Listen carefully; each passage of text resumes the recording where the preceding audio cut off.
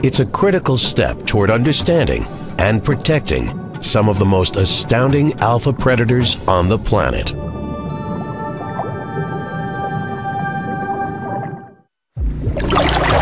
An air-breathing swamp monster, armored and dangerous. In the world of whoppers, these prehistoric predators get so big they can survive almost anything. The arapaima. It's this bizarre dinosaur-like, long, skinny fish that reaches body sizes that sort of really defy belief. Monster arapaima are native to South America, but in the last century, anglers introduced them to tropical Thailand. Here, with no natural predators, they're eating their fill, growing from tiny to gargantuan, reaching nearly 2.5 meters long and weighing over 180 kilos. And there may not even be in Thailand any other animal that they're competing with that's anywhere near that sort of body size that they achieve. Arapaima boasts two major advantages to getting big. First, they're armor-plated behemoths, protected from predators with a suit of scales made from tough collagen and calcium. And second, this fighting fish breathes air, surfacing every 10 to 20 minutes using an air bladder that works like a lung. In droughts, when other fish die in oxygen-depleted waters, the arapaima can thrive in shallow swamps, breathing air from above. Surviving such extremes helps these monster fish keep growing from season to season. Arapaimas have developed over evolutionary time this sort of dual strategy in respiration, where they use their lungs to absorb oxygen, but they use their gills to unload carbon dioxide and to excrete certain kinds of waste. For anglers, wrestling an arapaima is an extreme test of endurance, the conquest of a career. It's quite hard to catch in the wild. For most anglers, it certainly is, the dream fish. October 16th, 2007, Thailand's Krabi province. British fisherman Keith Purton is enjoying a 7-day fishing vacation. He's come to Stuart Gillam's fishing resort, one of Thailand's best places to find megafish. This morning, Keith is up at sunrise, casting bait into the resort's 3.5-hectare lake, joined by seasoned father and son team, Stuart and Sean Gillam. 1 meter. A few hours brings in some good-sized catches, but Keith has no idea a whopper lies in wait. Like a jolt of electricity, the angler braces himself against a sudden, powerful pull, peeling off meters of line in seconds. It powered off down the lake that way, and really there wasn't much we could do to stop it. Underwater, it's a monster arapaima. It's so strong, Keith has to fight his instinct to yank back his reel. If he pulls too hard on the line, it could snap. Ended up having to follow it down the lake because there was no way that I could try to turn it. It was just going so quickly and so powerfully. Stop! As hard as he tries, Keith has met his match. Each time he reels the fish closer to shore, it takes off again for deeper water. A stalemate here. Oh, no, maybe not. And it gets worse. 30 minutes into the fight, everything stops. Staying in there. Yeah. In the middle of the lake, either the line or the fish is stuck in the mud. Keith worries the longer the air-breathing fish stays under, the greater its danger of suffocation. There's still something on there. Yeah. I think what he's done is gone down behind the back of the float. We didn't want to kill the fish by it, entangling itself and getting stuck down there, because they do have to come up for air. Fishing guide Sean Gillam takes charge. He jumps into the lake and heads out to the tangled brush, pulling up the line, hoping to free the fish by hand. Luckily, as soon as he started giving it a few gentle tugs, the fish decided to move again. Success. Once again, the giant fish is on the move, swimming fast. Now it's Keith's job to end the showdown. But the exhausted angler's almost at the breaking point. At last, after a 40-minute tug of war, Keith gets the behemoth to shore. It's a flipping, twisting arapaima whopper caught. But there's a danger. The fighting fish's long body is vulnerable to a life-threatening injury. He's got a big blood vessel runs down his back. If you bend this blood vessel the wrong way, it snaps, he bleeds to death. Thankfully, experienced resort owner Stuart Gillam and his crew are prepared, standing by with a specially designed net cage that keeps the fish in safe alignment. Yes! Yes! There was a big cheer or a big cry of yes. It was quite a relief to get to see it actually go into the net. 3 men can barely lift it for a fast photo. An estimated 190 centimeters long, 90 centimeters around, and roughly 150 kilos. Stuart gauges the arapaima is larger than any caught on record. Right, that's it, that's all I'm doing. Okay. Good, thank you guys. Keith and crew release the giant back to deep water, safe, alive, and ready to grow even bigger. It's enormous, isn't it? I don't think I've ever touched a fish or seen a fish that big. It's really incredible. But Keith's arapaima may soon be among the last on Earth. While their introduction to Thailand could turn them into a dangerous invasive species here, the reality is arapaima may become extinct everywhere else. The biggest 2 threats to the arapaima populations today are the same thing that threatens so many big fish. Number 1, commercial fishing. They're big, meaty animals. You can't blame people for wanting to eat them. There's a lot of dinner on an arapaima. The degradation of the Amazon ecosystem and all the habitats surrounding it, once that habitat's gone, if it goes, there can't possibly be any arapaimas in that habitat. In such cases of increasingly threatened big fish, biologists may have to intervene to repopulate the species, turning to adopted man-made habitats or creating captive breeding programs in controlled environments. Arapaima are unusual because they really can be bred in captivity or in relatively close circumstances. For such a big fish, it can happen. And so they really do have the potential for captive breeding to make an important contribution to wild populations. I think for many anglers, particularly anglers who travel internationally, the arapaima must be the prize species that most anglers aspire to. Ghostly, shimmering, powerful. The tarpon. Among the world's mammoth monster fish, these ocean hunters have a killer asset: night vision.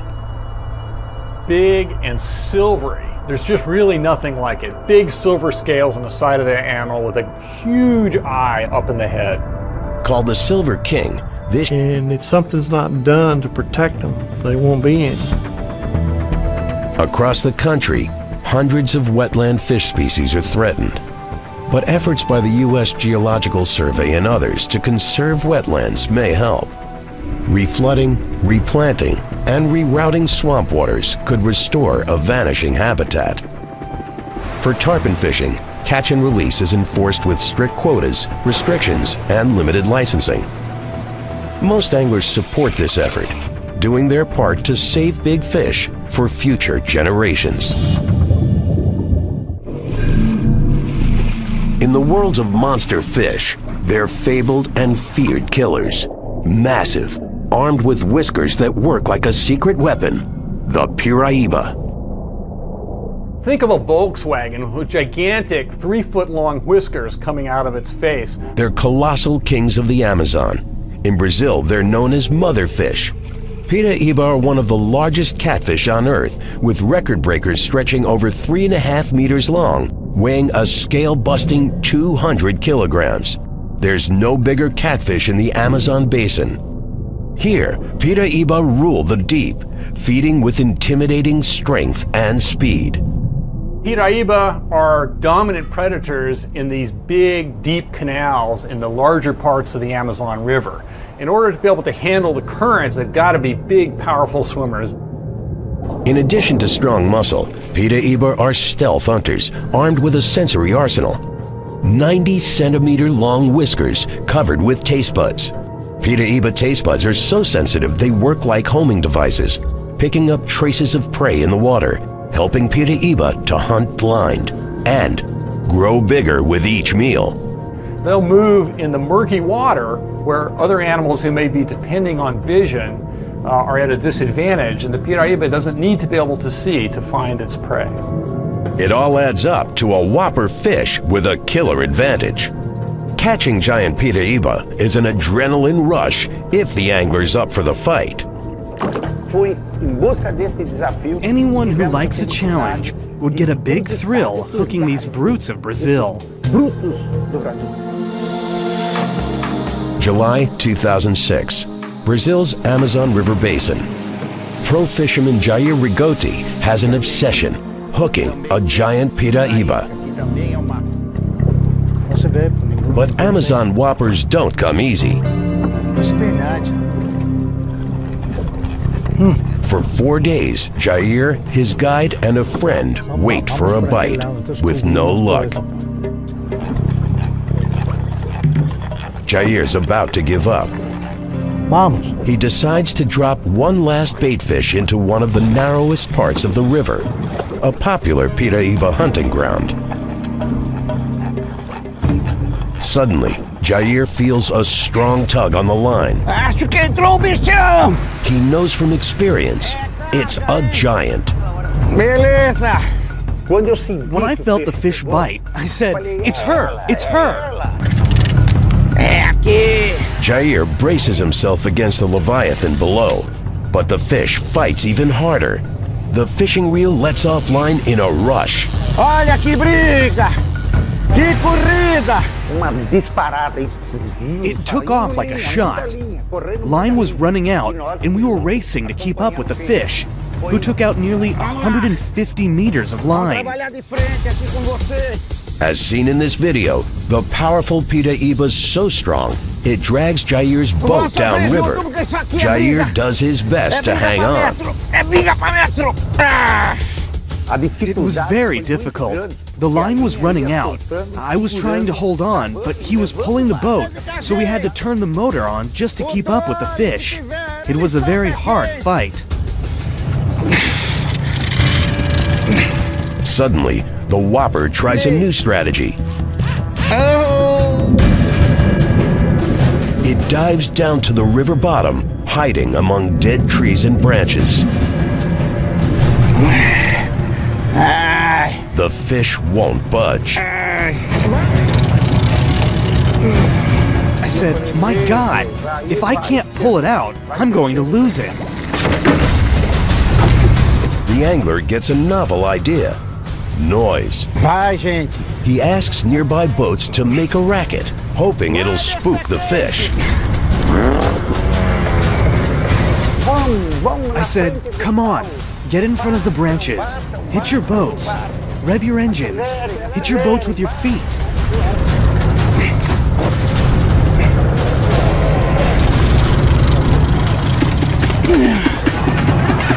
The noisy plan works.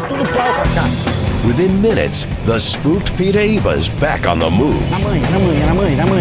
As the tug-of-war wears on, Jair's becoming increasingly exhausted. But he's now a star attraction. As a crowd roots him on, everyone wants to see what's underwater. Jair doesn't dare quit. Aqui tá tudo enformigado, eu não sinto nada. Ai. At the breaking point, Jair tries a final plan. Risky fishing pole surgery. He reaches past the tangle using a second rod to pull up the free end of the fishing line. A fellow angler grabs the line tightly, cuts it free, and ties it to a new rod. Jair channels his strength into the final fight. Last, after 2 excruciating hours, he gets the fish to the surface. É o monstrão!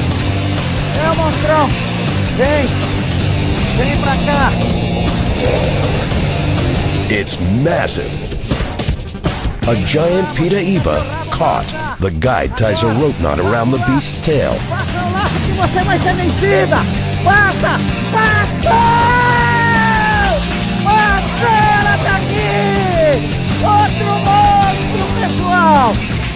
The crew pulls the fish to shore.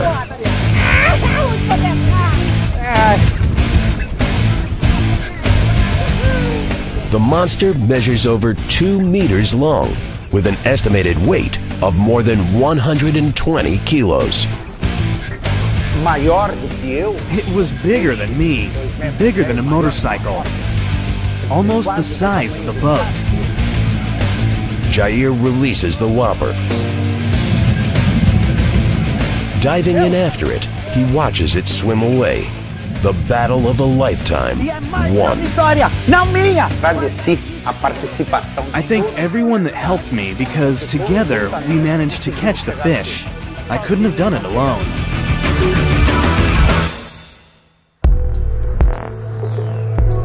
But as their native habitat is threatened, big fish like Piraiba need big river ecosystems to feed, breed, and grow.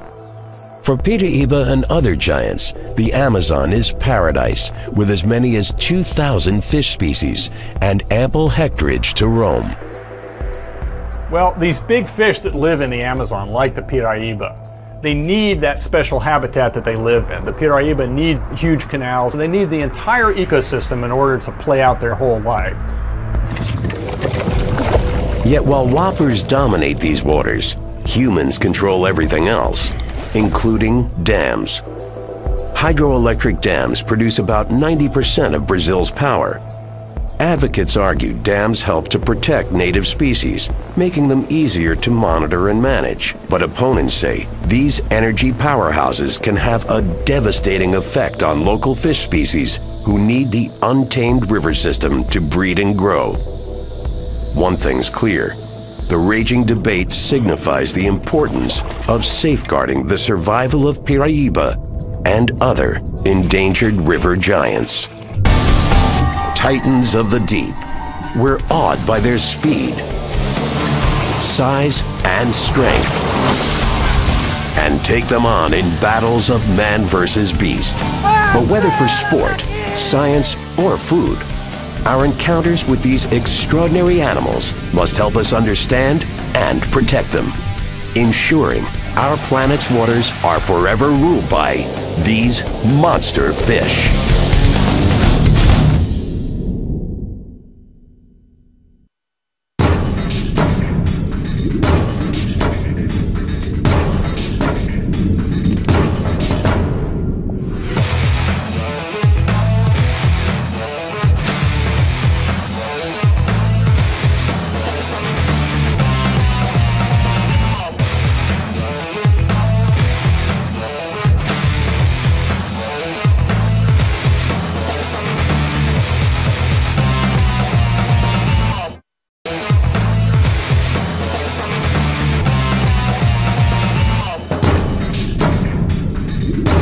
Colossal underwater Goliath. They grow to fantastic size and swim with astounding speed. When these leviathans move in, other fish move away. And just when we think we've seen the biggest there is, another monster fish blows it out of the water. To those who encounter them face to face, they are extraordinary, the ultimate challenges of man versus beast. There's 30,000 species out there in the world, if you take all of them combined. And the biggest ones are really the ones that really grab your imagination. If you're a little bit intimidated because they're bigger than you, and any animal that's bigger than you that's wild is something to be taken seriously. Among the world's wildest whoppers, these tough predators combine traits of 3 monster species into one: the dog-toothed tuna. Born with bodies like tuna, they have mouths like barracuda and can kill like sharks. Just imagine the body of a yellowfin tuna with the head of a barracuda stuck on the front end. It's a pretty weird combination to have that head stuck on the body of that super athlete. One asset to growing huge, these reef-dwelling behemoths have jaws out of a horror movie. Despite their strong tuna resemblance, dogtooth are actually fierce bonitos. Unlike most tuna who have smaller sized teeth, dogtooth sport a mouthful of more than 50 serrated weapons. They even have additional teeth on the surface of their tongues. dogtooth slice into prey like sharks. It's got big gnarly teeth coming out of its mouth, and so it's really an impressive sight to see one of these guys cruising the edge of a reef.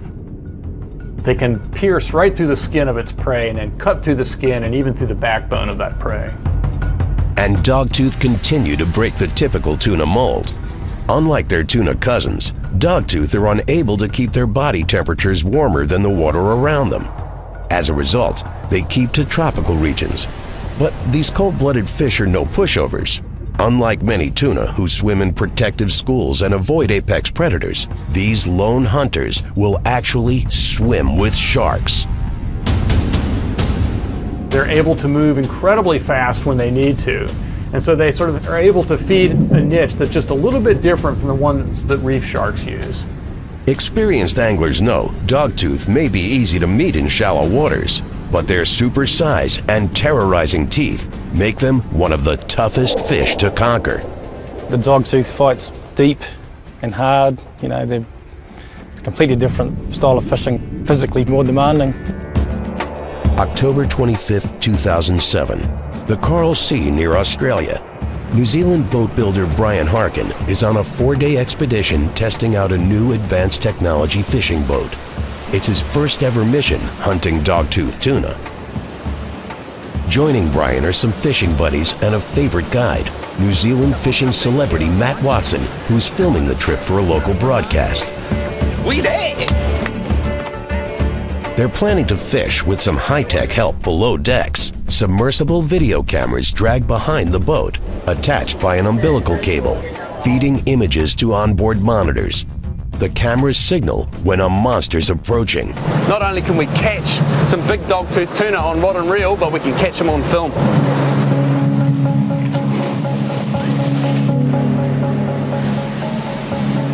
Everyone keeps close watch. But no amount of technology guarantees a whopper catch. The crew hatches a strategy. They head directly to some coral reefs where dogtooth swarm. The goal is to drop bait at the reef's edge and move out into deeper water, luring the doggies away from the reef's protective cover.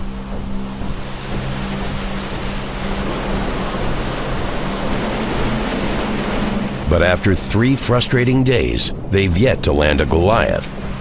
Just before giving up, they head to an area crowded with birds, sure sign of prey swimming underneath. Brian takes a last try, hoping for a monster. There was a lot of anticipation passing through that reef, just the bird life, knowing that the fish were there. It was on. Woohoo! Suddenly, there's a yell from Matt. Cameras show 2 giant dogtooth rocketing toward the bait, cutting through the water like torpedoes. Yeah, on the left, a big one on the left. Okay, coming on the right and on the left. Okay, there's still a fish on the right. They've got a big tail, and when they dig it in, it's like a big propeller. It just develops a lot of thrust. The water erupts as the 2 frenzied fish chomp onto the bait.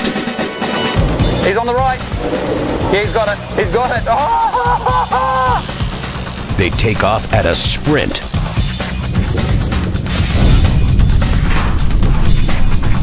Brian takes hold of one rod while another angler grabs the second. The 2 men stand almost side by side.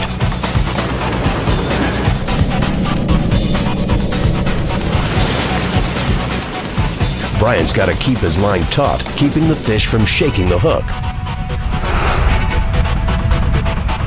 But it's risky, too tight, and the line could snap. Here we go again. Oh.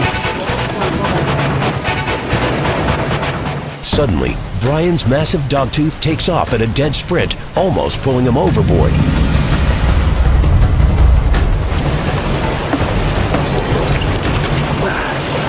At the same moment, the other angler's line goes slack. With a pull, he reels in half a fish.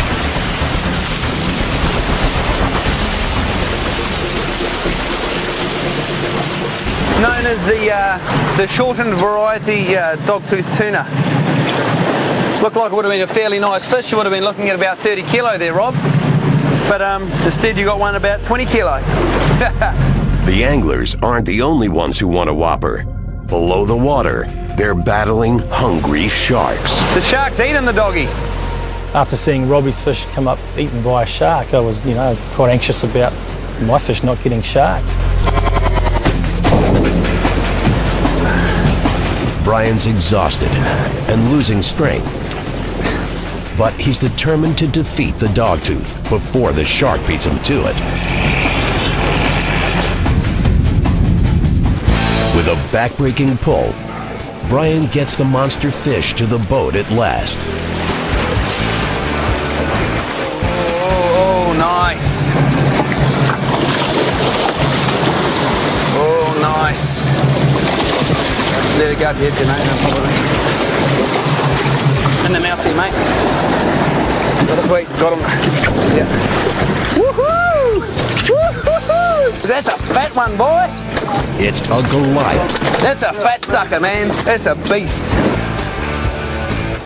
Brian catches his breath as the crew struggles to haul the mammoth beast on board.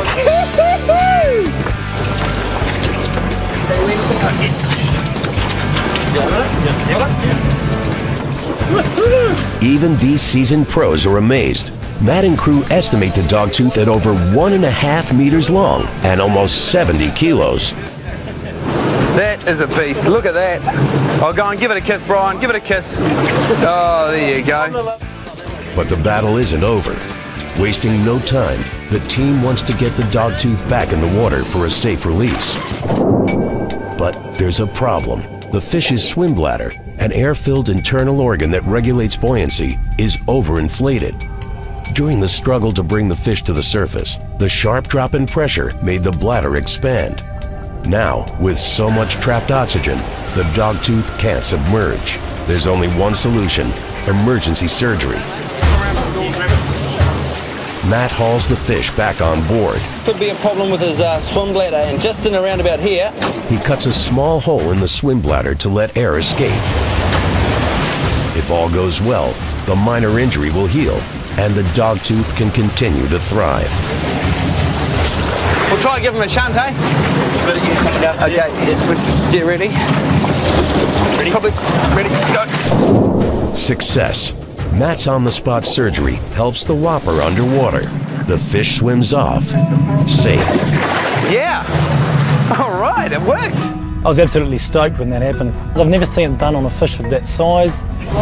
That fishing trip and catching that dogtooth tuna was definitely the highlight of my fishing life.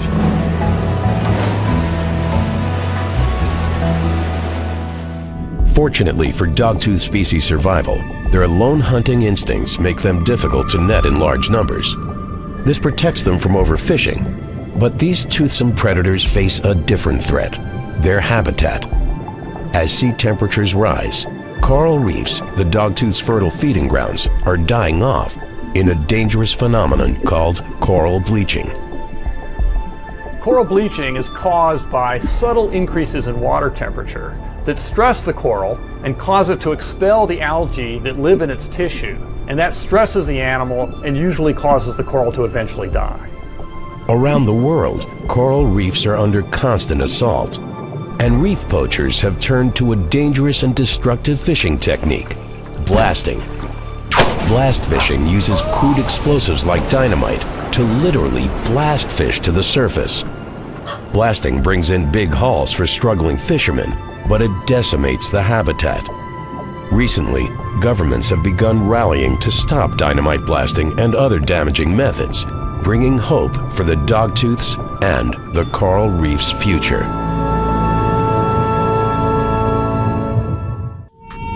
Among the world's mightiest monster fish, these apex predators eat their own kind. Colossal cannibals with an even scarier taste for shallow waters where humans dare to tread.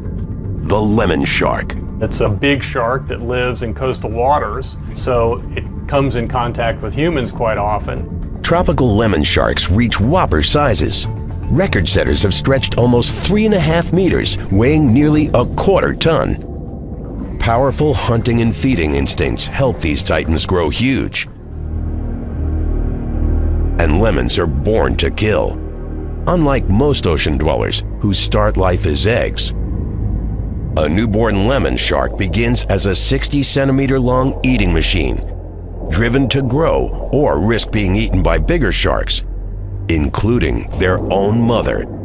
Lemon sharks are such aggressive feeders, they'll cannibalize their own kind. Any shark, whether it's his mother or not, beginning a few minutes after his birth, is probably a threat to him. But it's their favored hunting and spawning grounds that bring them face to face with us.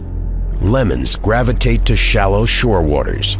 Lemon sharks are a coastal species. They move up and down the shoreline, and they love these shallow inshore habitats that are just filled with marine life. When provoked, lemons fiercely defend their shoreline hunting grounds. For any fisherman who dares to take them on, a lemon shark is a dangerous and formidable foe. This thing could have definitely eaten half of me. Could have swallowed half of my body with no problem.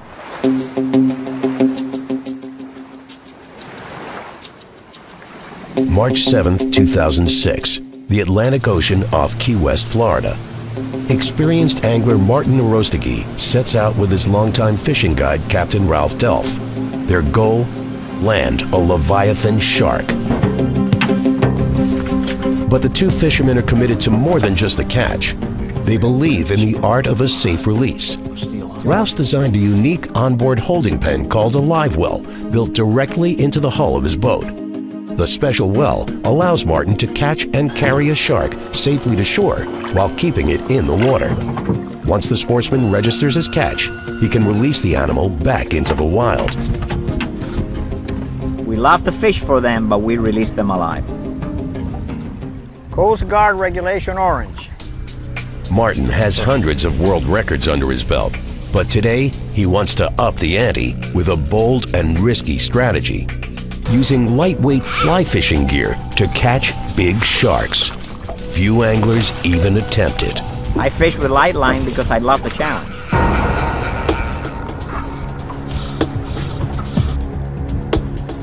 Martin keeps watch in the 9-meter boat.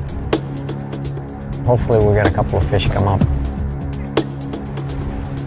Suddenly, a dark shape shoots through the water. Martin knows from experience it's a shark, and it's headed straight towards him. The shark was about 300 feet from the boat, and it was swimming very hard towards the front of the boat where I was waiting for him. Okay, here it comes. Martin has no idea of the size of the beast below. He casts his fly.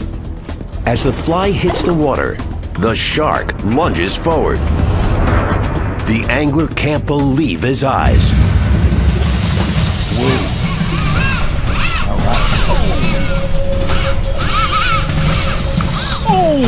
It's a gigantic lemon shark, the biggest Martin's ever seen.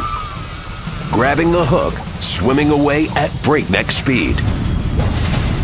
The shark started swimming really hard because it felt the hook and pulled a lot of line out, so we had to immediately follow the shark.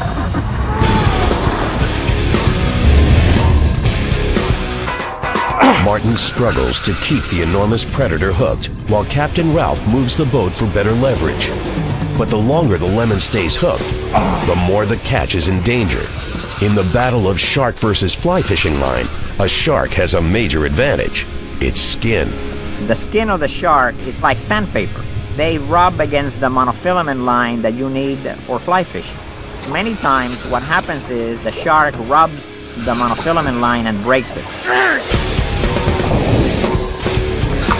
Martin prays the line will hold. What do you think? That's good. That's good. Okay. Man and beast lock in a dead heat for nearly an hour. It was a very hard fight. The fish swam very fast and very hard. The angler's losing strength fast. He's worried he can't hold the catch much longer. But the whopper shark starts to tire. Yeah, turn around. Martin manages to reel it closer to the boat, where he sees the monster's true size. This thing could have definitely eaten half of me. The mouth of the shark could have swallowed half of my body with no problem. Now they've got a dangerous job, getting an agitated shark on board. Working fast, Martin and Captain Ralph lasso the lemon shark's tail. Okay, hurry! The beast goes into a frenzy. The fish swung around 2 times. On the 3rd time, it actually did it very hard and attempted to attack the engine. With a final struggle, the men get the shark lashed to the boat. But the battle's far from over. It's too big to hoist. Unable to haul the Goliath up alone, the men call a nearby fishing boat for help. But even with assistance, manhandling a shark is high risk. It's dangerous because we have to grab the shark and pull him up where we are face to face with the animal. Up, guys, up. At last, they've got it. The men manage to pull in the lemon shark safely. But time is ticking. With the whopper shark in the boat's live holding well, the men race 32 kilometers back to shore to weigh it safely without causing it harm. It's coming. On shore, the stats are staggering. 2¼ meters long. An incredible 175 kilos, a world record, the largest fish caught on a fly fishing rod ever. Martin releases the mammoth record setter back into the ocean. Mission accomplished. We were able to catch a huge shark that was a world record and then release it alive. Releasing the fish alive was, in my opinion, the greatest of the accomplishments. But for biologists, studying wild giant fish like the lemon shark is an ongoing challenge. The bigger the fish, the tougher it is to keep the animals safe and healthy in captivity. With a normal fish, you bring them into the laboratory, you put them in an aquarium, and you can do all sorts of experimentation with them. How do you do that with a 12-foot long fish? Ironically, the lemon shark's attraction to shallow waters may be one of its biggest conservation assets. Scientists are finding ways to study the lemon shark in its natural habitat. Bahamas Bimini Station is leading the way, practicing the art of shark corralling. They'll hold them in a big pen, so they're actually in the ocean, but they're sort of isolated and not allowed to get back out into the wild. And inside that sort of semi-captive situation, they're able to do experiments with lemon sharks that are useful for learning about aspects of their physiology and their natural history that they're not able to get from simply making observations of animals in the wild.